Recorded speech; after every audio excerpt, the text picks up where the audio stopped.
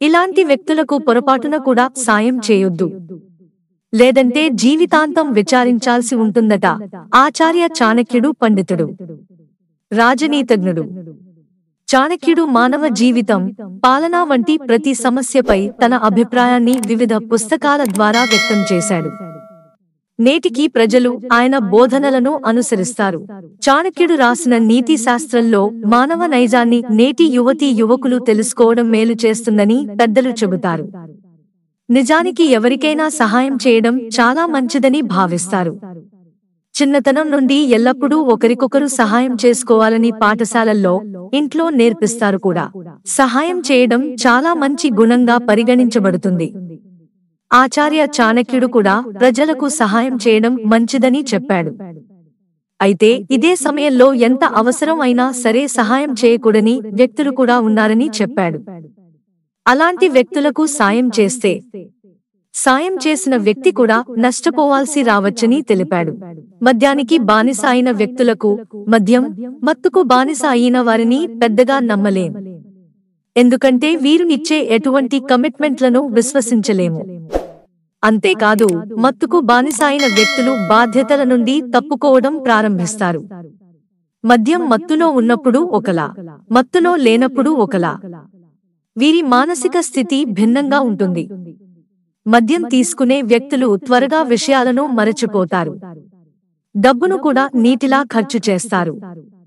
అందుకే అలాంటి వారికి సాయం చేసినా పెద్దగా ప్రయోజనం ఉండదు.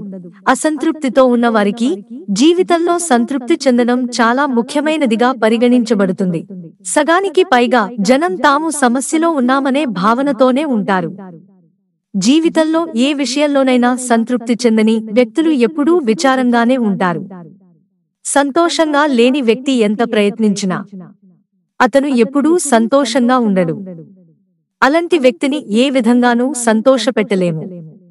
అలాంటి వారికి సహాయం చేసినప్పటికీ వారు అసంతృప్తితో ఉంటారు. పైగా ఎల్లప్పుడూ ఇతరులను దూషిస్తూ ఉంటారు.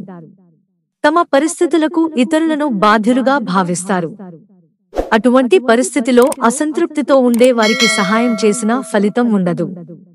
కనుక సహాయం ఆలోచనాత్మకంగా చేయాలని సూచించాడు. చెడు స్వభావం ఉన్న వ్యక్తులకు, చెడ్డ అలవాట్లు లేదా చెడు స్వభావం ఉన్న వ్యక్తులకు ఎల్లప్పుడూ దూరం పాటించాలి. అలాంటి వ్యక్తులకు సమాజంలో అవమానమే దక్కుతుంది. అంతేకాదు, వీరు ఇతరుల గౌరవాన్ని కూడా పణంగా పెడతారు. అలాంటి వారికి సహాయం చేయడం వల్ల ప్రయోజనం ఉండదు. పైగా నష్టాన్ని ఎదుర్కోవలసి ఉంటుంది. అందువల్ల చెడు స్వభావం ఉన్న వ్యక్తులకు ఎప్పుడూ దూరంగా ఉండాలి. స్వార్థపరుల నుంచి స్వార్థానికి, దురాశకు అంతం లేదు. ఆచార్య చాణక్యుడు ఎల్లప్పుడూ మంచి జీవిత విధానానికి, మంచితనానికి, సూత్రాలు, విలువలకు మద్దతు ఇచ్చాడు. స్వార్థపరులకు సాయం చేయడం వల్ల ప్రయోజనం ఉండదు. అలాంటి వ్యక్తులకు డబ్బు అంటే అమిత ఇష్టం.